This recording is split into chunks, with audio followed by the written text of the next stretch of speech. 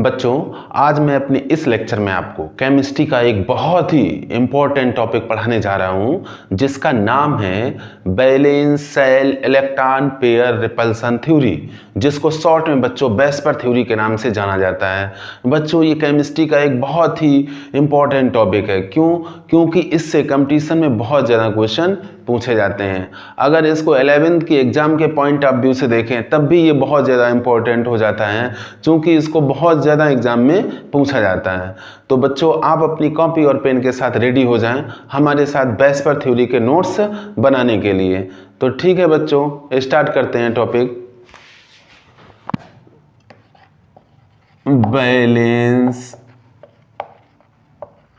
Shell electron pair repulsion theory. बच्चों, इसको short में कहते हैं VSEPR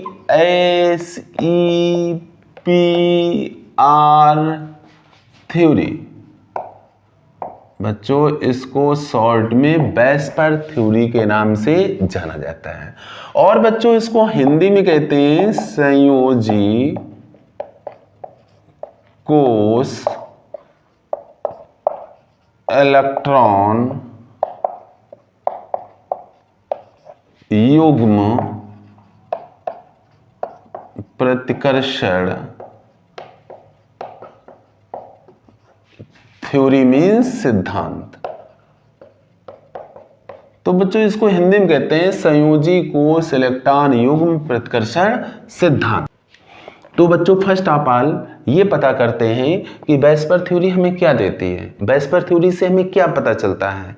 तो बच्चों, वेस्पर थ्योरी से हमें किसी भी मॉलिक्यूल की एग्जैक्ट शेप पता चलती है कि मॉलिक्यूल की एग्जैक्ट शेप क्या है, ये हमें वेस्पर थ्योरी बताती है। तो बच्चों, वेस्पर थ्योरी क्या बताती है? यह है किसी भी मॉलिक्यूल की एग्जैक्ट शेप बताती है।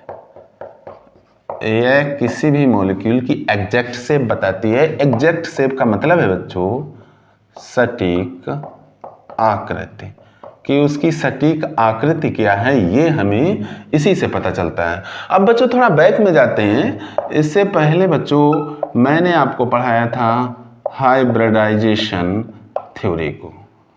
इससे पहले मैंने आपको पढ़ाया था हाइब्रिडाइजेशन थ्योरी को।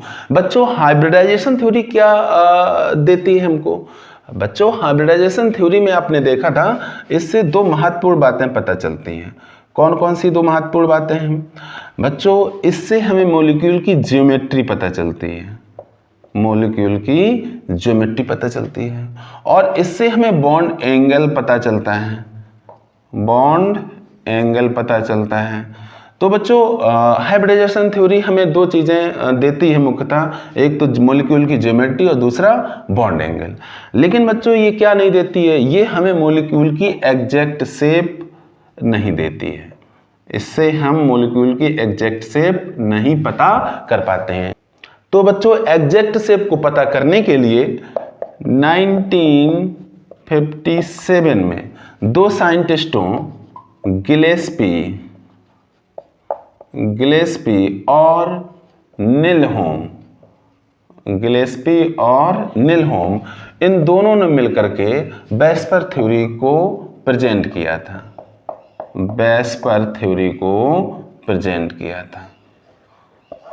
तो बच्चों, अब ये बात आपके समझ में आ गई होगी कि वेस्पर थ्योरी हम क्यों पढ़ते हैं, वेस्पर थ्योरी से हमें क्या पता चलता है, और इससे पहले इसके ठीक पहले जो थ्योरी आई थी उस थ्योरी में क्या कमी थी जिस वजह से वेस्पर थ्योरी को लाया गया।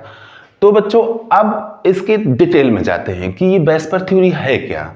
बच्चों, इसका नाम जैसे है valence shell electron pair repulsion theory, इसके नाम से ही ये बात पता चलती है कि इसमें वैलेंस शेल के इलेक्ट्रॉन पेयर्स में रिपल्सन हो रहा है। ये पूरी तरह से संयोजी कोष के इलेक्ट्रॉन युग्मों के बीच में होने वाले प्रतिकर्षण पर डिपेंड करती है। किस पे डिपेंड करती है? इलेक्ट्रॉन पेयर के रिपल्सन पर डिपेंड करती है। इलेक्ट्रॉन पेयर को बच्चों शॉर्ट में ईपी लिखते हैं, और इलेक्ट्रॉन पेयर्स की जहां बात आएगी वहां इसको लिखेंगे ईपीएस। और ये कौन से ईपीएस हैं? ये वैलेंस सेल के ईपीएस हैं, वैलेंस सेल के ईपीएस हैं। कहने का मतलब ये है, जो मॉलिक्यूल है उसका सेंट्रल एटम है, और उसके सेंट्रल एटम का जो वैलेंस सेल है उसमें है ईपीएस, और इनके बीच में लग रहा है रिपल्सन, और इसी रिपल्सन की वजह से मॉलिक्यूल की जो ज्योमेट्री है, मॉलिक्यूल की जो ज्योमेट्री है वो एग्जैक्ट शेप हमें नहीं दे पा रही है, और एग्जैक्ट शेप मॉलिक्यूल की ज्योमेट्री से डिफर है। एग्जैक्ट शेप मॉलिक्यूल की ज्योमेट्री से डिफर है। किस वजह से? वैलेंस सेल के इलेक्ट्रॉन पेयर्स के आपस में रिपल्सन फोर्स की वजह से, रिपल्सन फोर्स की वजह से। आइए बच्चों अब इसको और डिटेल में समझते हैं, साफ करते हैं बच्चों।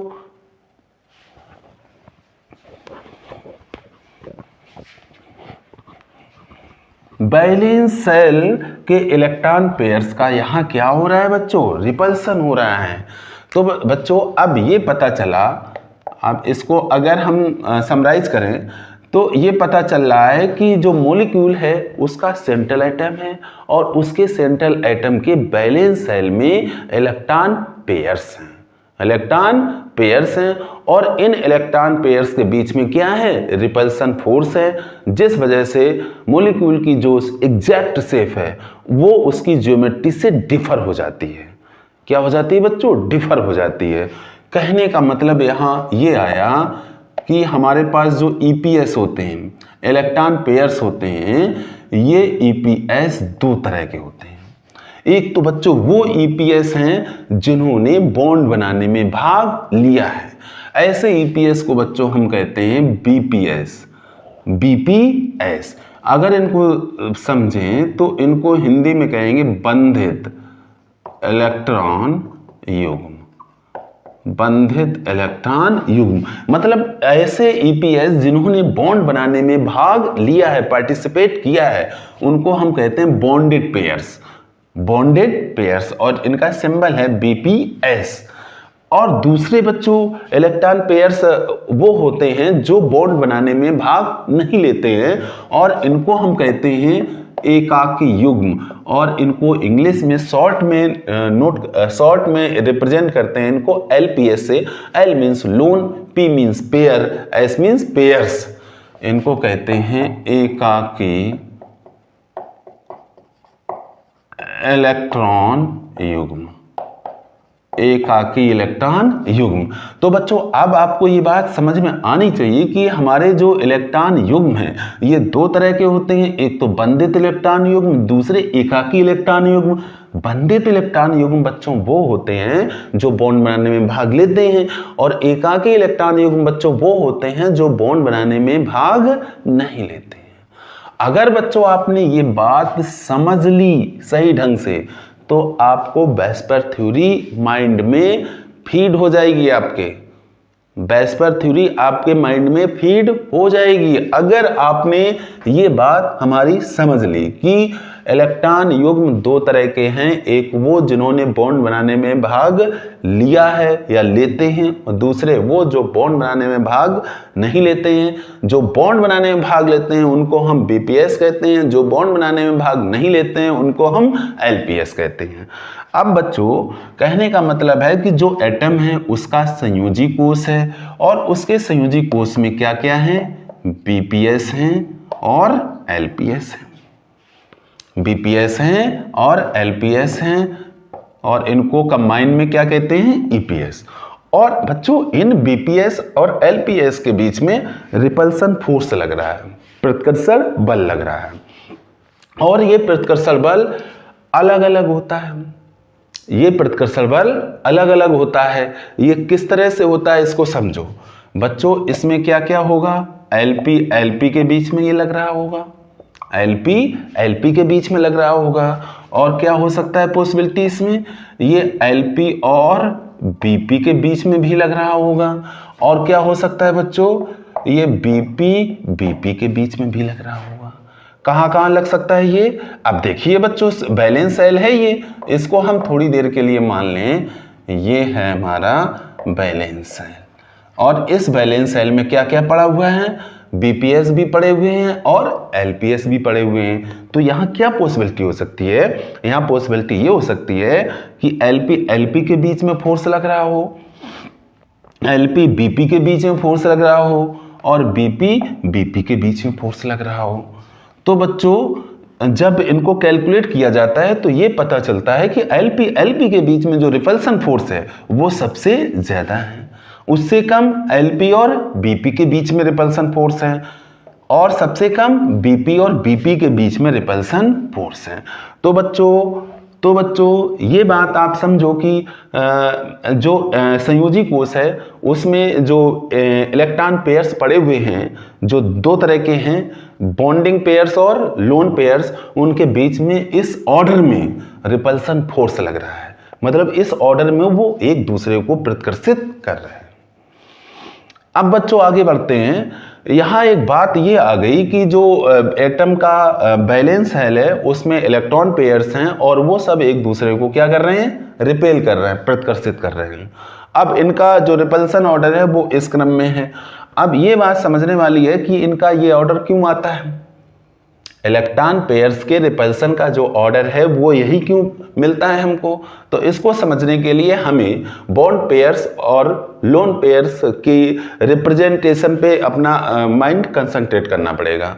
बच्चों जो बॉन्ड पेयर होता है वो दो एटम के बीच में होता है, बॉन्ड पेयर दो एटम के बीच में होता है, एक एटम इधर दूसरा एटम इधर, इसको बच्चों कहते हैं बॉन्ड पेयर।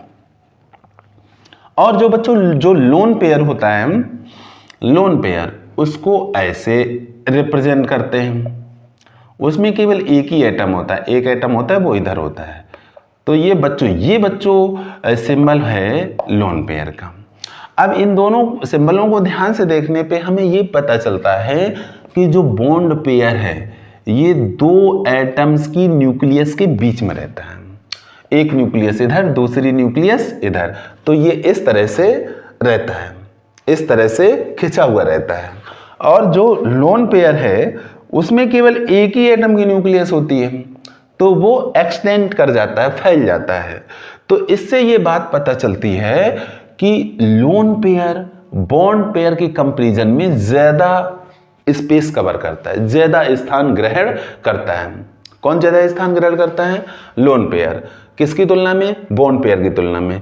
इसलिए लोन पेयर का जो इफेक्ट है वो बॉन्ड पेयर के कंपैरिजन में ज्यादा रहता है, यानी कि लोन पेयर बॉन्ड पेयर की तुलना में ज्यादा इफेक्टिव होता है, ज्यादा प्रभाव डालता है। इसी वजह से बच्चों लोन पेयर के बीच में जो रिपल्सन फोर्स है वो ज्यादा रहता है, लोन पेयर बॉन्ड पेयर के बीच का रिपल्सन फोर्स उससे कम रहता है, और बॉन्ड पेयर के बीच में रिपल्सन उससे भी कम रहता है। तो यही तीन पॉसिबिलिटी थी और जिनका रिपल्सन का ऑर्डर ये बनता है। बच्चों इन दोनों चीज़ों को ध्यान से आप समझ लो कि लोन पेयर को कैसे रिप्रेजेंट करते हैं, बॉन्ड पेयर को कैसे रिप्रेजेंट करते हैं, इसका बहुत ज़्यादा यूज होने वाला है, बहुत ज़्यादा यूज होने वाला है। तो बच्चों इसी रिपल्सन फोर्स की वजह से जो मॉलिक्यूल होता है उसकी जो एग्जैक्ट शेप होती है वो एग्जैक्ट शेप उसकी ज्योमेट्री से डिफर हो जाती है, उसकी ज्योमेट्री से डिफर हो जाती है। अब अगर इस बात को हम समराइज करते हुए बोलें तो इससे ये कंक्लूजन निकल के आता है कि जो मॉलिक्यूल होता है, मॉलिक्यूल में एक सेंट्रल एटम होता है और सेंट्रल एटम के पास वैलेंस सेल होता है और वैलेंस सेल में इलेक्ट्रॉन पेयर्स होते हैं। यानी कि किसी मॉलिक्यूल का सेंट्रल एटम अपने वैलेंस सेल में उपस्थित इलेक्ट्रॉन पेयर से घिरा रहता है, यानी कि मॉलिक्यूल का जो सेंट्रल एटम है वो अपने वैलेंस सेल में उपस्थित इलेक्ट्रॉन पेयर से घिरा हुआ है। और ये इलेक्ट्रॉन पेयर्स दो टाइप के हैं, बॉन्ड पेयर्स और लोन पेयर्स। और इनके बीच में क्या कार्य कर रहा है, इनके बीच में रिपल्सन फोर्स कार्य कर रहा है, और वो रिपल्सन फोर्स इस ऑर्डर में काम कर रहा है। बच्चों इसी रिपल्सन फोर्स की वजह से मॉलिक्यूल की जो एग्जैक्ट शेप है वो उसकी ज्योमेट्री से डिफर हो जाती है। यानी कि मॉलिक्यूल के सेंट्रल एटम के वैलेंस शेल में उपस्थित इलेक्ट्रॉन पेयर्स के आपस में भिन्न प्रतिकर्षण बल के कारण उसकी एग्जैक्ट शेप उसकी ज्योमेट्री से डिफर हो जाती है। तो ये बात आपके दिमाग में थोड़ी थोड़ी स्ट्राइक कर रही होगी कि आखिरकार मॉलिक्यूल की जो एग्जैक्ट शेप है वो उसकी ज्योमेट्री से डिफर क्यों है। अब बच्चों इस बात पे आते हैं कि आखिरकार ये दोनों वर्ड जो मैं यूज कर रहा हूं, ज्योमेट्री और एग्जैक्ट शेप, इनमें डिफरेंस क्या है। तो बच्चों अब इसके डिफरेंस को समझते हैं इसके डिफरेंस को, एग्जैक्ट शेप एंड ज्योमेट्री को। तो पहले बच्चों देखते हैं ज्योमेट्री, और फिर दूसरे कॉलम में लिखते हैं एग्जैक्ट शेप। एग्जैक्ट शेप बच्चों जो मॉलिक्यूल की ज्योमेट्री होती है वो मॉलिक्यूल के सेंट्रल एटम के बैलेंस शेल में उपस्थित इलेक्ट्रॉन पेयर्स के अरेंजमेंट पर डिपेंड करती है। यानी कि जो ज्योमेट्री है वो सेंट्रल एटम के आसपास या चारों ओर इलेक्ट्रॉन पेयर्स के अरेंजमेंट पर निर्भर करती है। यानी कि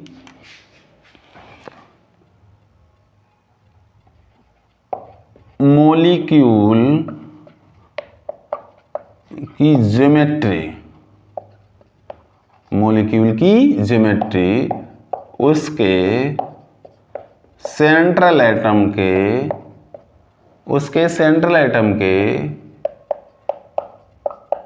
चारों ओर इलेक्ट्रॉन पेयर्स के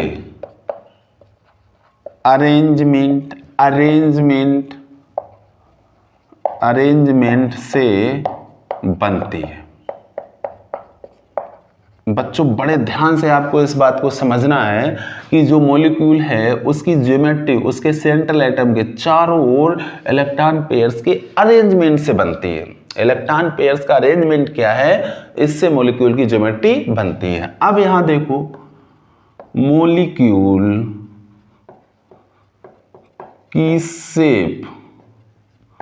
मॉलिक्यूल की शेप उसके सेंट्रल एटम के चारों ओर केवल बॉन्ड पेयर्स के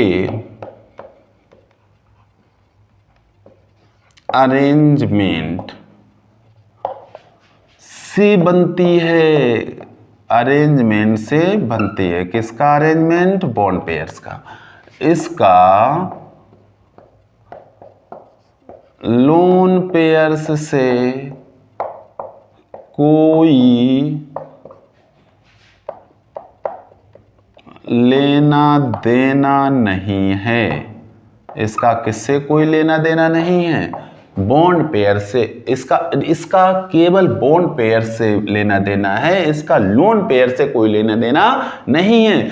इन दोनों बातों को बच्चों ध्यान से समझो और इसको अपनी नोटबुक में नोट कर लो कि एग्जैक्ट शेप क्या होती है और ज्योमेट्री क्या होती है। अब बच्चों इसको ऐसे समझते हैं कि जो इलेक्ट्रॉन पेयर्स हैं ये दो तरह के होते हैं। कौन कौन, बॉन्ड पेयर्स और lone pairs. Electron pairs is equal to bond pairs plus lone pairs. अब यहां क्या हो सकता है, यदि दो बातें हो सकती हैं बच्चों। पहली बात, यदि lone pairs is equal to 0, ये हो सकता है कि मॉलिक्यूल्स का जो सेंट्रल एटम है उसके बैलेंस शेल में कोई लोन पेयर ना हो। तब क्या हो जाएगा बच्चों, तब इलेक्ट्रॉन पेयर्स जो हैं वो इज इक्वल हो जाएंगे किसके? बॉन्ड पेयर्स के। इलेक्ट्रॉन पेयर्स किसके इक्वल हो जाएंगे? बॉन्ड पेयर्स के। और ऐसी कंडीशन में क्या हो जाएगा? ऐसी कंडीशन में जो मॉलिक्यूल की ज्योमेट्री है वो उसके एग्जैक्ट शेप के बराबर हो जाएगी। कहने का मतलब है जो मॉलिक्यूल की ज्योमेट्री है वही उसकी एग्जैक्ट शेप हो जाएगी। और बच्चों दूसरी कंडीशन क्या हो सकती है? यदि LPS is not equal to 0, अगर LPS लोन पेयर 0 के इक्वल नहीं है, किसी मॉलिक्यूल में अगर लोन पेयर 0 के इक्वल नहीं है, तब वहां क्या होगा? तब वहां ये होगा कि electron pairs is not equal to bond pairs. और ऐसी कंडीशन में क्या होगा बच्चों? Geometry is not equal to exact shape. तो ऐसी कंडीशन में मॉलिक्यूल की जो ज्योमेट्री है वो उसके एग्जैक्ट शेप के इक्वल नहीं होगी। तो इसकी मैथमेटिक्स ये कहती है, मैथमेटिक्स ज्योमेट्री और एग्जैक्ट शेप की ये कहती है कि अगर लोन पेयर्स 0 हैं किसी मॉलिक्यूल में तो उस मॉलिक्यूल की जो एग्जैक्ट शेप है वो उसकी ज्योमेट्री ही होगी, यानी कि ज्योमेट्री ही उसकी एग्जैक्ट शेप होगी। और अगर उस मॉलिक्यूल में लोन पेयर्स 0 नहीं हैं तब उस कंडीशन में मॉलिक्यूल की जो ज्योमेट्री है वो उसकी एग्जैक्ट शेप से डिफर होगी। अब फिर एक बार बच्चों समझो, ज्योमेट्री क्या है? Arrangement of electron pairs around central atom. Exact shape क्या है? Arrangement of bond pairs around central atom. इसका किससे कोई लेना देना नहीं है? इसका लोन पेयर से कोई लेना देना नहीं है।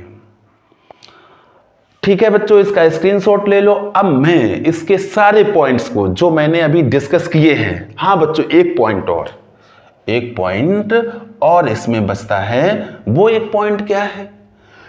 वो एक पॉइंट ये है कि वेस्पर थ्योरी में आपके माइंड में आ रहा होगा कि डबल बॉन्ड भी हो सकता है और ट्रिपल बॉन्ड भी हो सकता है। हो सकता है किसी मॉलिक्यूल में डबल बॉन्ड से सेंट्रल एटम से अदर एटम जुड़े हों, कनेक्ट हों, या ट्रिपल बॉन्ड से कनेक्ट हों। तो ऐसी कंडीशन में हम EP यानी कि इलेक्ट्रॉन पेयर कितना काउंट करेंगे? बच्चों इस बात को दिमाग में बैठा लो कि वेस्पर थ्योरी में बहुबंध यानी कि मल्टी बॉन्ड, डबल बॉन्ड या ट्रिपल बॉन्ड को एक इलेक्ट्रॉन पेयर ही काउंट करते हैं। यानी कि अगर डबल बॉन्ड है तो उसको एक इलेक्ट्रॉन पेयर मानते हैं, ट्रिपल बॉन्ड है अगर एक तब भी उसको एक इलेक्ट्रॉन पेयर मानते हैं। मतलब डबल बॉन्ड या ट्रिपल बॉन्ड को केवल एक इलेक्ट्रॉन पेयर के फॉर्म में ही काउंट किया जाता है। अब बच्चों मैं इसके सारे पॉइंट्स जो अभी डिस्कस किए हैं इनको समराइज किए दे रहा हूं, जिसका स्क्रीनशॉट आप ले लेंगे और अपनी नोटबुक में नोट कर लेंगे। सभी बच्चे इसका स्क्रीनशॉट ले लें और अपनी कॉपी में नोट कर लें।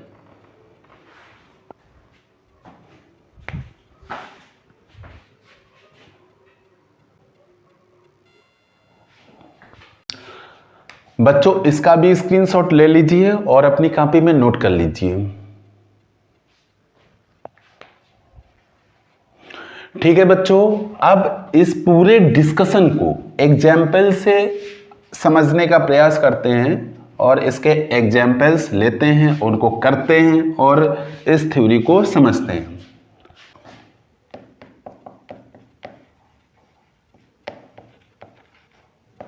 बच्चों सबसे पहले CH4 का एग्जाम्पल ले रहे हैं और इसके ज्योमेट्री और एग्जैक्ट शेप दोनों को डिटरमिन करके देखते हैं। बच्चों हाइब्रिडाइजेशन में मैंने हाइब्रिडाइजेशन निकालने के लिए एक नंबर x की कैलकुलेशन करने के लिए फार्मूला दिया था कि एक नंबर x कैलकुलेट करते हैं और उसकी वैल्यू के अकॉर्डिंग हाइब्रिडाइजेशन डिटरमिन हो जाता है। तो बच्चों ये x क्या है? x है 1/2 v plus a minus c, 1/2 v plus a minus c। Recall करिए बच्चों इस फार्मूले को। v क्या है? केंद्रीय परमाणु के संयोजी कोष में उपस्थित इलेक्ट्रॉनों की संख्या। a क्या है?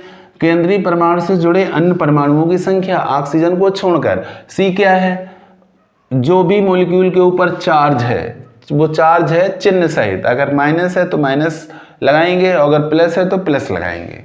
और इसी की वैल्यू के अकॉर्डिंग आपने देखा था कि इसकी वैल्यू क्या हो सकती है? 2 हो सकती है, 3 हो सकती है, 4, 5, 6।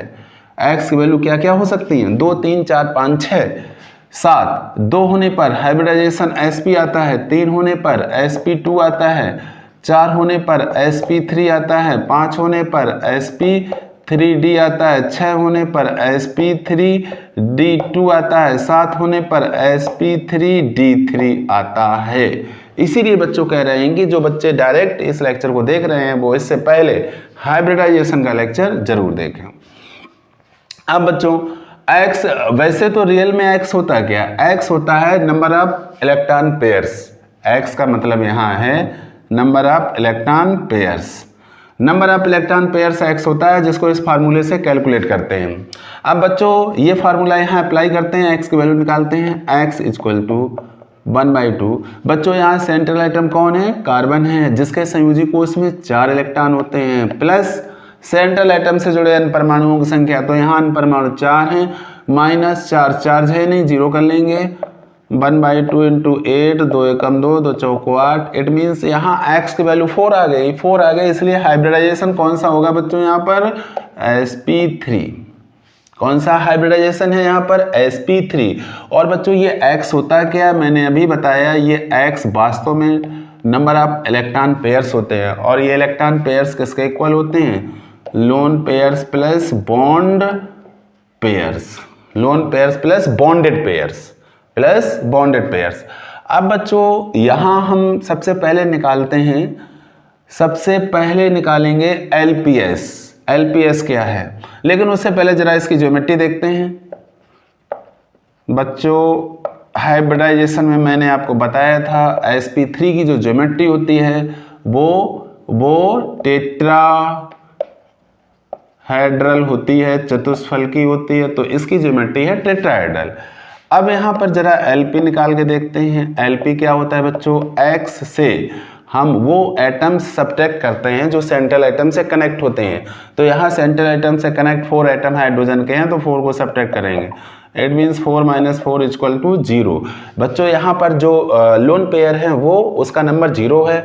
It means EPS equal to BPS, EPS equal to BPS।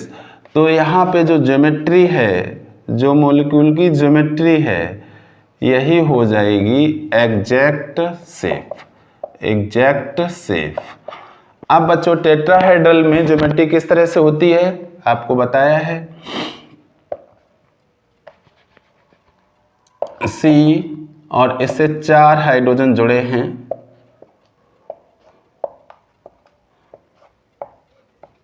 इस तरह की बच्चों ज्योमेट्री आती है इसमें।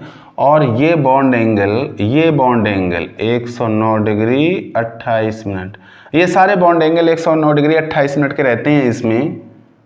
इस तरह की ज्योमेट्री होती है बच्चों। इसका स्क्रीनशॉट ले लें, इसके बाद दूसरा एग्जाम्पल देखते हैं। ठीक है बच्चों, अब आते हैं अगले एग्जाम्पल पर और आगे बढ़ते हुए लेते हैं NH3 को। अगले एग्जाम्पल में लेते हैं हम NH3 मॉलिक्यूल। NH3 मॉलिक्यूल बच्चों, NH3 मॉलिक्यूल में सेंट्रल एटम नाइट्रोजन है। इसके लिए x की वैल्यू कैलकुलेट करेंगे 1/2। नंबर ऑफ बैलेंस इलेक्ट्रॉन, तो n में बैलेंस इलेक्ट्रॉन 5 होते हैं, प्लस सेंट्रल एटम से जुड़े अदर्स एटम यहाँ पे 3 है, माइनस चार्ज कुछ है नहीं तो 0 कर लेंगे। कैलकुलेशन करेंगे 1/2 इंटू 8, 2 1 जा 2, 2 4 जा 8, यहाँ पर इसकी वैल्यू आती है 4। बच्चों 4 में हाइब्रिडाइजेशन कौन सा होता है? sp3। यहाँ sp3 हाइब्रिडाइजेशन आया तो बच्चों इसकी ज्योमेट्री एक बार फिर टेट्राहेड्रल आ जाएगी। टेट्राहेड्रल क्यों? क्योंकि बच्चों ज्योमेट्री चेंज नहीं होती है, टेट्राहेड्रल आ जाएगी। अब बच्चों इसके जरा हम LPS काउंट करते हैं, तो LPS होता है x minus number of others atom जो सेंट्रल एटम से अटैच हैं। तो NH3 के केस में ये एटम 3 हैं जो हाइड्रोजन के हैं, तो आ जाएगा 4 - 3 इक्वल टू 1। तो तो बच्चों यहाँ पर जो कंडीशन आ रही है वो आ रही है EPS is not equal to BPS।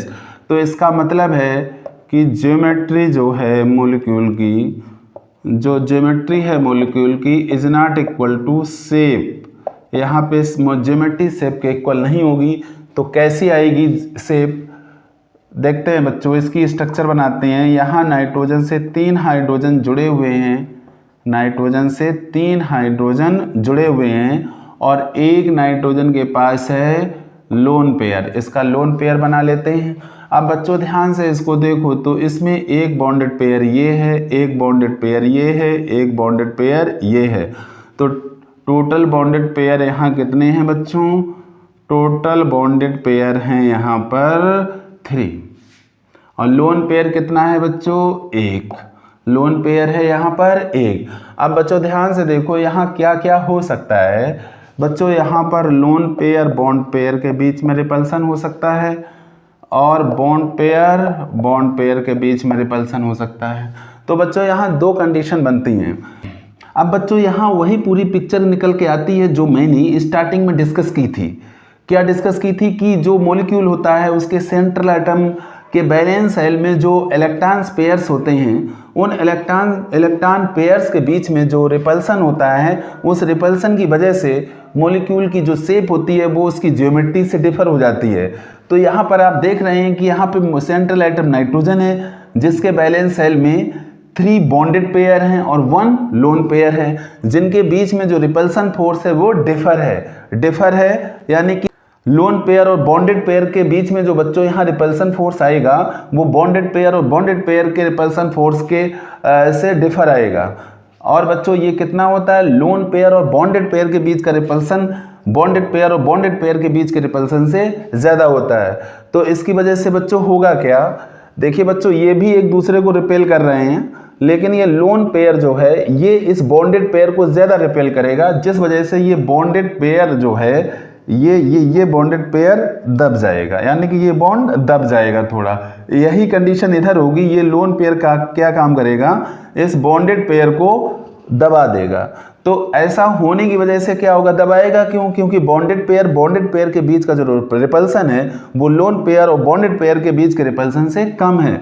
तो रिजल्ट यहाँ पे क्या आएगा कि ये बॉन्ड कुछ दब जाएंगे, अंदर की तरफ दब जाएंगे। दबने से क्या होगा कि ये जो गैपिंग है, गैपिंग का मतलब ये जो एंगल है H के बीच का, ये एंगल जो 109 डिग्री 28 मिनट आना चाहिए, 109 डिग्री 28 मिनट आना चाहिए, वो कुछ कम हो जाता है, कम होके रह जाता है 106.5 डिग्री, लगभग ये रह जाता है 106.5 डिग्री, जिस वजह से इस मॉलिक्यूल की जो शेप है वो डिस्टॉर्टेड हो जाती है, विकृत हो जाती है। वैसे भी मैंने आपको बताया है इस थ्योरी में कि जब हम शेप देखते हैं तो लोन पेयर को ढक लेते हैं, यहाँ जब बच्चों मैंने लोन पेयर को ढका तो अब नीचे वाली जो पिक्चर है उसको ध्यान से देखो। नीचे वाली पिक्चर से एक पिरामिड बन रहा है, इसको यहाँ से कनेक्ट कराएंगे, इसको यहाँ से कनेक्ट कराएंगे तो आपको क्या दिख रहा है? यहाँ एक पिरामिड टाइप का दिख रहा है। तो इस वजह से इसकी शेप जो आती है बच्चों, शेप जो आती है वो आती है पिरामिडल। NH3 की शेप बच्चों कैसी आती है? पिरामिडल, या इसको कहीं कहीं लिख देते हैं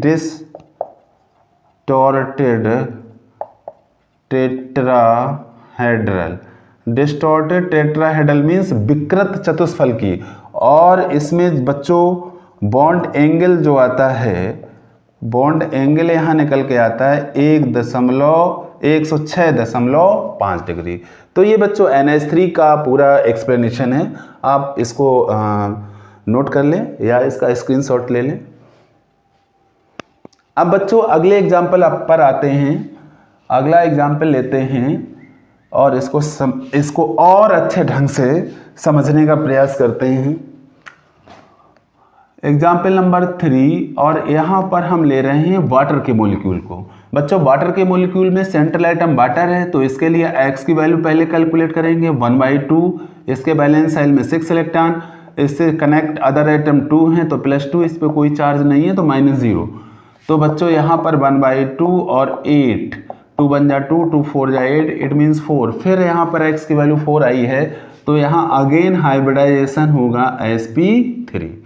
sp3 हाइब्रिडाइजेशन होने की वजह से इसकी बच्चों जो ज्योमेट्री आएगी वो टेट्राहेड्रल आएगी, ज्योमेट्री टेट्राहेड्रल आएगी। अब बच्चों यहाँ जरा LPS काउंट करते हैं। LPS क्या होता है, x minus number of others atom जो सेंट्रल एटम से कनेक्ट हैं वो यहाँ 2 हैं, तो हो जाएगा बच्चों 4 माइनस 2 इक्वल टू 2। यहाँ LPS it means lone pairs 2 हैं, इसका मतलब है कि यहाँ EPS is not equal to BPS। Then इसका रिजल्ट क्या आएगा कि ज्योमेट्री जो है वो is not equal to shape, यानी कि यहाँ पर जो ज्योमेट्री है वो शेप के इक्वल नहीं है। तो फिर शेप है क्या, शेप है क्या, देखते हैं बच्चों। तो बच्चों इसका स्ट्रक्चर बनाते हैं। वाटर में 2 हाइड्रोजन एटम ऑक्सीजन से कनेक्ट होते हैं और बच्चों ऑक्सीजन के पास होते हैं 2 लोन पेयर, इनको भी बना लेते हैं। ऑक्सीजन के पास हैं 2 लोन पेयर। तो बच्चों अब यहाँ पर एक लोन पेयर ये हो गया, एक लोन पेयर ये हो गया और यहाँ पर ये 2 आ गए बच्चों बॉन्डेड पेयर, बॉन्डेड पेयर, एक BP ये, दूसरा BP ये। अब बच्चों ध्यान दो, यहाँ पर जो पिक्चर क्लियर हो रही है वो ये हो रही है कि यहाँ पर 3 तरह के रिपल्सन फोर्स लग रहे हैं। कौन कौन, LP के बीच में, LP BP के बीच में और BP के बीच में।